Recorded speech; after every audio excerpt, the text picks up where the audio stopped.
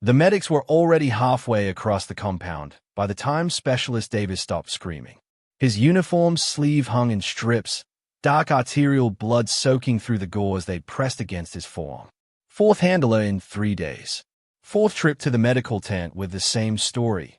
Tried to enter Kennel 7, tried to establish control, tried everything the manual said to do. The dog had other ideas. Inside the chain-link enclosure, Havoc was a storm of teeth and rage. The Belgian Malinois slammed his 70-pound frame against the reinforced gate hard enough to rattle the hinges, foam gathering at the corners of his jaw, eyes locked on nothing and everything at once. Each impact sent a metallic clang across the kennel complex, punctuated by snarls that didn't sound like a dog anymore. Something deeper, more primal. The kind of sound that made even experienced handlers take a step back. And they had. 20, maybe 30 people formed a loose perimeter outside Kennel 7. Soldiers, handlers, logistics personnel who'd come running when they heard the commotion. Nobody moved closer. Captain Waddell, the K9 unit commander, stood near the front with his radio pressed to his ear, voice clipped and professional as he briefed the base veterinarian. But everyone within earshot caught the words that mattered. Unsalvageable. Immediate danger to personnel. Requesting authorization to. He didn't finish the sentence. He didn't need to. Everyone knew what the call meant. Havoc threw himself against the gate again, and someone in the crowd muttered something about putting him down before he hurt someone else. A few heads nodded. Easier that way. Safer. One less problem on a base that already had enough of them. At the back of the crowd, almost invisible among the taller soldiers and uniformed personnel, a woman stood with her arms crossed. Mid-30s, contractor khakis worn soft from too many wash cycles, Marine Corps ball cap faded to a color that used to be green. Her face had the kind of weathering that didn't come from sitting behind a desk, sun lines around the eyes, a tightness at the jaw that suggested she'd learned a long time ago not to show what she was thinking. While everyone else watched Havoc with fear or frustration, she watched him differently. Her eyes tracked the way his ears pinned back between each charge, the tremor in his hindquarters, the wild scanning of his gaze that never settled on anything. She didn't see a dangerous animal. She saw a terrified one. Her name was Sarah Milliken, though most people on Camp Arifjan only knew her as the logistics contractor in Building 12 or didn't know her at all. That was fine with her. Invisibility had become a kind of armor over the years, easier than explaining who she used to be, easier than watching people's expressions shift when they found out.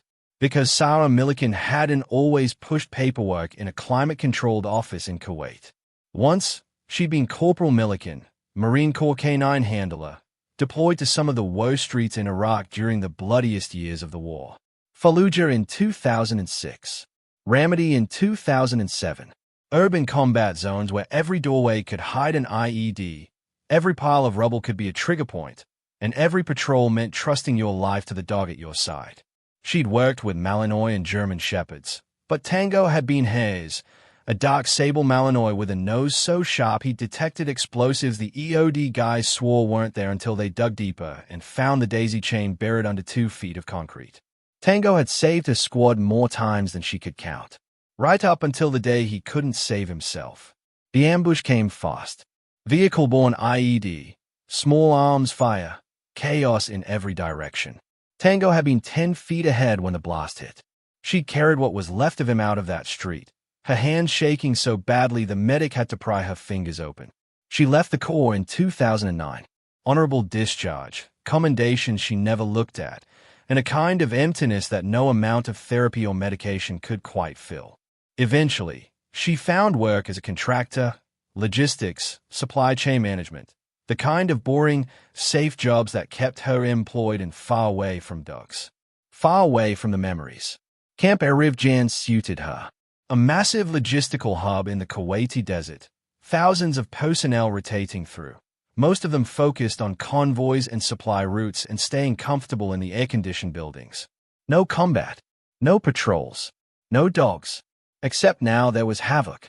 She'd heard the stories over the past week, bits and pieces picked up in the chow hall, at the contractor yard, from the cleaning staff who saw everything. A military working dog, Belgian Malinois, decorated veteran of 3 deployments. detection work in Iraq and Syria, over 200 confirmed explosive finds, countless lives saved.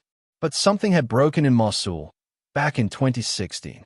His handler, Staff Sergeant Ramos, had been killed by a vehicle-borne IED during a patrol. Blast so powerful it flipped their Humvee and turned the street into a kill zone. Havoc had survived, barely, pulled from the wreckage by another Marine. But the dog that came out wasn't the same one who'd gone in. Trauma-induced aggression, the official reports called it. Havoc had been medically evacuated, assessed, reassessed, and eventually deemed unfit for redeployment. They'd sent him here to Camp Arifjan for a final evaluation, a last chance to see if he could be rehabilitated, retrained, reassigned to something less intense than combat operations. 4 qualified handlers had tried. 4 had failed. Davis was just the latest in a line of shredded sleeves and blooded hands. Sarah understood something the others didn't. She'd seen it in Havoc's eyes, in the way he moved, in the desperation behind the aggression. He wasn't a dangerous dog. He was a traumatized one. And there was a difference that mattered, if anyone cared enough to see it. Sarah waited until the medics had Davis stabilized before she moved. The crowd was thinning, people drifting back to their duties now that the spectacle was over, when she approached Captain Wardell near the kennel office. He was still on the radio, coordinating with a veterinary officer, but she caught his attention with a quiet, "Excuse me, sir." Wardell glanced at her, took in the contractor khakis and the civilian status they represented, and held up one finger, the universal military gesture for wait. She did. When he finally ended the call, he turned to her with the kind of polite professionalism that was somehow worse than outright rudeness. "Can I help you with something?" "I'd like to work with the dog," Sarah said. No preamble, no pitch, just the offer. Wardell's expression didn't change, but something shifted in his posture, a slight stiffening, the way someone braces for an interaction they've already decided is a waste of time. "Appreciate the concern, but we've got it handled." "With respect, sir, it doesn't look handled." His jaw tightened. "You're a contractor. Logistics, right?" He didn't wait for her to confirm. "This is a military working dog situation. We have protocols, certifications, liability considerations. I'm sure you understand." What he didn't say hung in the air between them. "You're not qualified. You're not active duty. And you're a woman who thinks she can walk in and fix what 4 trained male handlers couldn't." Sarah kept her voice level. "I was a K9 handler. Marine Corps. Fallujah and Ramadi. 2006 to 2007. I've worked trauma cases before." Wardell's expression shifted to something that might have been polite interest if it weren't so clearly dismissive. "That's great. Really. But your certifications are expired. You're not in the chain of command. And frankly, this dog is beyond rehabilitation. The decision's already been made." He softened his tone just enough to sound reasonable. "I know it's hard to see, but sometimes the kindest thing we can do is let them go." He walked away before she could respond. She tried again an hour later with the senior kennel master, Staff Sergeant Puente, who at least had the decency to look uncomfortable when she made the same offer. He was older, prior-enlisted Army with the kind of weathered face that suggested he'd been around long enough to recognize competence when he saw it. But he also knew the rules. "Look, I believe you," he said quietly, glancing toward Kennel 7 where Havoc had finally stopped slamming the gate and now paced in tight, repetitive circles. "But the regs are the regs. You're not certified, not insured, and if something goes wrong," he shook his head, "Captain Wardell would have my ass, and you'd probably end up in legal trouble. I can't authorize it." By evening, word had spread through the contractor yard. One of the supply clerks, a guy named Morrison who Sarah sometimes ate lunch with, brought it up while they were filing equipment transfer forms. "Heard you tried to volunteer for the crazy dog," he said, grinning like it was a punchline. "That took guts, or maybe just bad judgment." Someone else chimed in from across the office. "Didn't that dog just send a guy to medical? What makes you think you'd do any better?" Sarah didn't answer. She finished her paperwork and left. The jokes were minor, mostly good-natured, but they stung in the way casual dismissal always did. A few people remembered she'd used to do something with dogs, but nobody pressed her for details. Nobody took it seriously. Meanwhile, Havoc was deteriorating. The veterinary staff reported he'd refused food for 2 days straight. His stress behaviors were escalating, pacing, panting, obsessive licking of his paws until they bled. The 48-hour countdown to the euthanization decision had officially begun. Sarah watched from a distance as 2 more handlers attempted controlled approaches over the next day, one with a catchpole and protective gear, another with a tranquilizer dart on standby. Both failed. Havoc's reactions were getting faster, more violent, more desperate.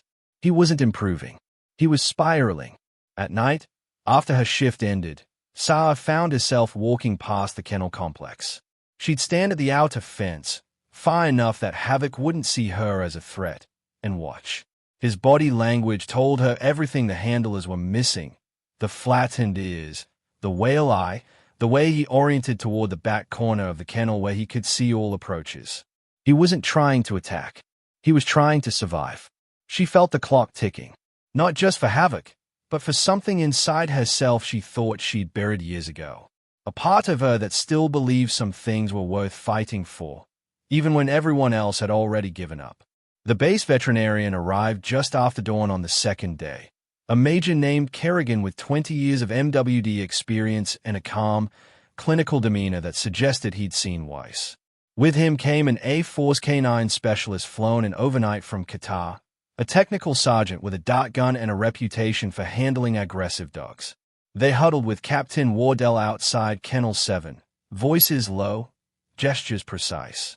The plan was straightforward: sedate Havoc from a safe distance, perform a medical and behavioral evaluation once he was down, and make a final determination on whether rehabilitation was even possible. Sarah watched from the contractor admin building, 50 yards away, her coffee going cold in her hand. She'd come in early, unable to sleep, and now she stood at the window with a knot in her stomach that had nothing to do with caffeine. The A4 specialist took his position outside the kennel, dart gun raised.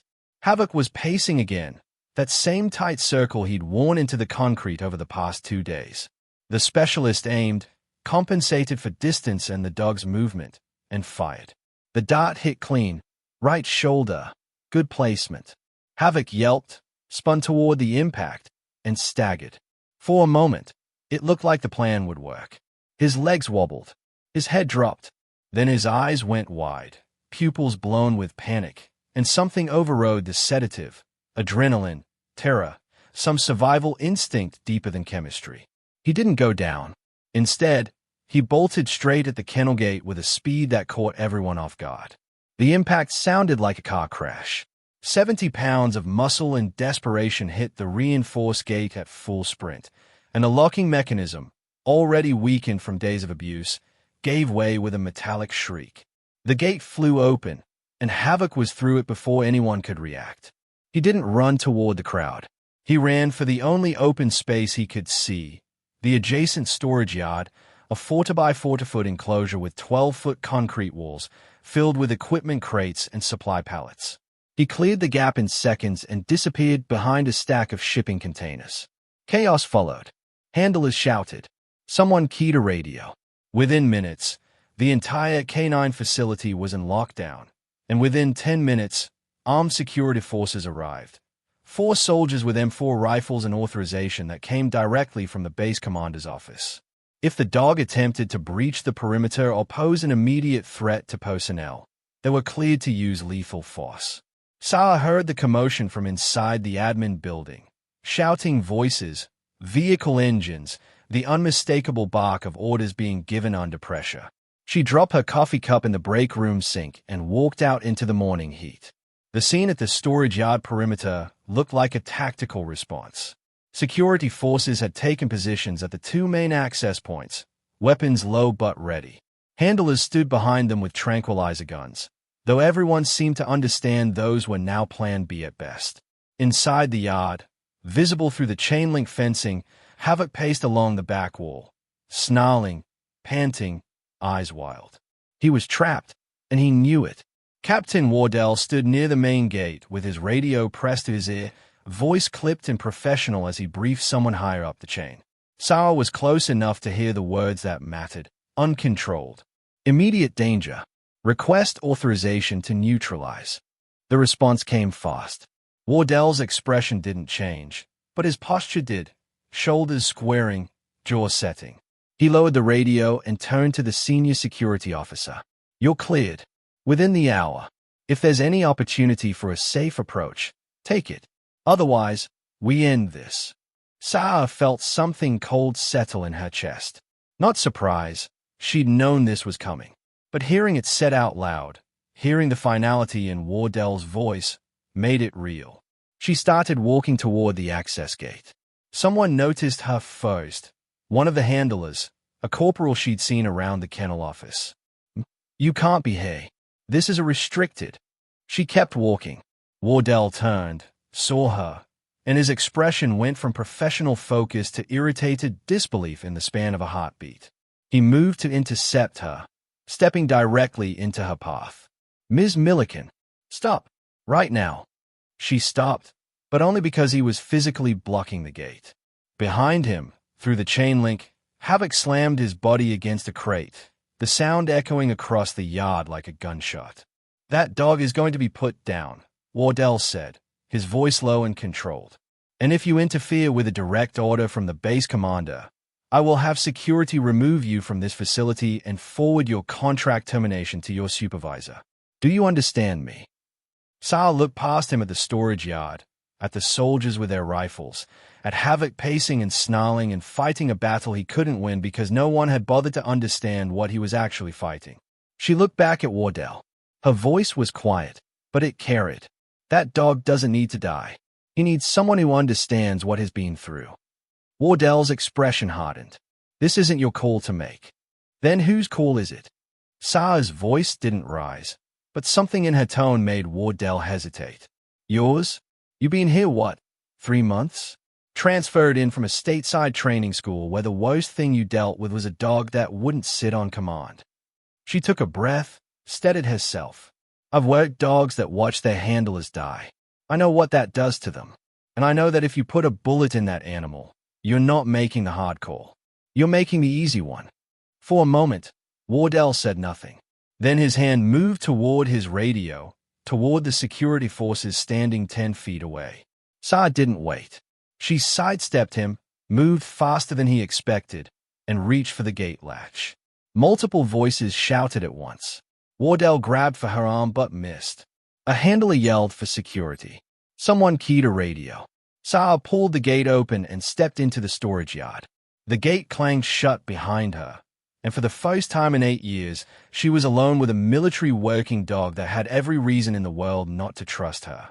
The storage yard felt smaller once the gate closed behind her. 40 feet of cracked concrete, stacks of equipment crates throwing long shadows in the morning sun, and 30 feet of open space between Sarah and a dog that had hospitalized 4 men in 3 days. Havoc was pressed against a shipping container at the far end, hackles raising a ridge along his spine, teeth bared, every muscle coiled tight. His eyes tracked her movement but didn't lock on. That wild scanning, the same panicked surveillance she'd seen through the fence. Behind her, outside the chain-link perimeter, the entire crowd had gone silent. She could feel their attention like a physical weight, could sense Wardell's hand resting on his sidearm, could hear someone's radio crackling with a half-whispered update to whoever was listening on the other end. None of it mattered. The only thing that mattered was the dog. Sarah didn't look at him directly. That was the first mistake most handlers made with traumatized animals. Direct eye contact read as a threat, a challenge, a prelude to violence. Instead, she angled her body slightly to the side, broke her silhouette, lowered her center of gravity just enough to seem smaller, less predatory. Her gaze stayed soft, focused on his shoulder rather than his eyes, and she watched the things that mattered. The position of his ears, the set of his tail, the tremor in his hindquarters that had nothing to do with aggression and everything to do with fear. This wasn't a dangerous dog. This was a terrified one. She took a step, not toward him, but laterally, creating an oblique angle that didn't crowd his space. Havoc's growl deepened, but his ears flickered, forward, then back, then forward again. Uncertainty. She took another step, slow and deliberate, and began to speak. I know, boy. Her voice was low, steady, the tone she'd used a lifetime ago in the streets of Fallujah when the world was explosions and gunfire, and Tango was the only thing between her squad and a body bag. "I know what you saw. I know you think everyone's the enemy now." Havoc's growl faltered. His head tilted slightly, just a fraction, and Sarah took another step. "You watched him die, didn't you?" She kept moving, kept talking, her voice a constant thread of calm in a world that had been nothing but chaos for this dog. "Your handler, the one person you trusted. And now everyone who comes near you smells like threat, sounds like danger, feels like the moment before everything went wrong." 20 feet now. Havoc's body language shifted, still defensive, still ready to lunge, but the tremor in his legs was more pronounced. He was exhausting himself, burning through adrenaline and fear with nothing left to replace it. "I had a dog once," Sarah said, and for the first time in years, she let herself remember Tango without pushing the memory away. "His name was Tango, best nose in the unit. Saved my life more times than I could count." Her throat tightened, but she kept her voice level. "I couldn't save him. I tried, but I couldn't. And I've been carrying that for 8 years. 15 feet. Havoc's ears were fully forward now, his head lowered slightly, trying to process the tone, the cadence, the lack of threat in her posture. "I can't save Tango," Sarah said quietly, "but I can save you." 10 feet. Close enough now that she could see the foam at the corners of his jaw, the way his paws were torn and bleeding from days of pacing on concrete, the barely healed scar along his ribs from the blast that had taken his handler. Havoc lunged. It wasn't an attack. Sarah recognized that in the half-second before he moved, it was a test. A last-ditch defensive display. A bark and a feint to see if she'd do what everyone else did. Flinch, retreat, prove she was just another threat in a world full of them. Sarah didn't flinch. Instead, she dropped into a crouch, turned a shoulder to make herself smaller, non-threatening, and spoke in a language she hadn't used in nearly a decade. "Studge Clid." The Czech words came out perfect, unaccented, the tone carrying absolute authority. Not harsh, not pleading, but the voice of someone who understood exactly what she was asking and why it mattered. "Stop. Calm." Havoc froze mid-lunge. His paws skidded on the concrete, his body locked in place, and for the first time since Sarah had entered the yard, his ears came fully forward and stayed there. She repeated it, softer this time, almost gentle. "Clid." Then she extended a hand, palm down, fingers loose, and waited. The silence outside the fence was absolute. No one moved. No one breathed. Somewhere behind her, she heard the faint metallic click of a rifle safety being released. Then just as quickly, someone's whispered command to hold fire. 30 seconds passed. Havoc's body language shifted, hackles lowering, tail dropping from its rigid flag, the tension in his shoulders releasing degree by degree. He took a step forward, then another, his nose extended toward her hand, nostrils flaring as he processed her scent. No aggression, no fear, just the smell of someone who'd been exactly where he was and had somehow made it to the other side. He sniffed her hand. Once, twice. Then his body relaxed, just slightly, and a sound came from his throat that wasn't a growl. Something softer, confused, almost questioning. Sarah moved slowly, carefully, and reached up to touch the top of his head. Her fingers made contact with warm fur, and Havoc leaned into the touch, barely, almost imperceptibly, but enough. Behind her, she heard someone exhale like they'd been holding their breath for an hour. Then Major Kerrigan's voice, quiet and disbelieving, cut through the silence. "Who the hell is she?" Movement near the perimeter fence. Someone pulling files, checking records. A moment later, a different voice, one of the admin personnel, reading aloud. "Milliken, Sauer, former Marine Corps K-9 handler, deployed Fallujah and Ramadi, 2006 to 2007. Multiple commendations for..." The voice trailed off, but the damage was done. Sarah didn't turn around, didn't look at Wardell, didn't acknowledge the sudden shift in the atmosphere outside the fence. She just stood, slowly and carefully, and Havoc stood with her, his body still tense but no longer coiled for violence. She found a leash hanging from one of the equipment crates, someone's forgotten gear, and clipped it to Havoc's collar. He didn't resist. She walked toward the gate, and he followed, his gait unsteady but calm, his eyes finally focusing on something other than threats.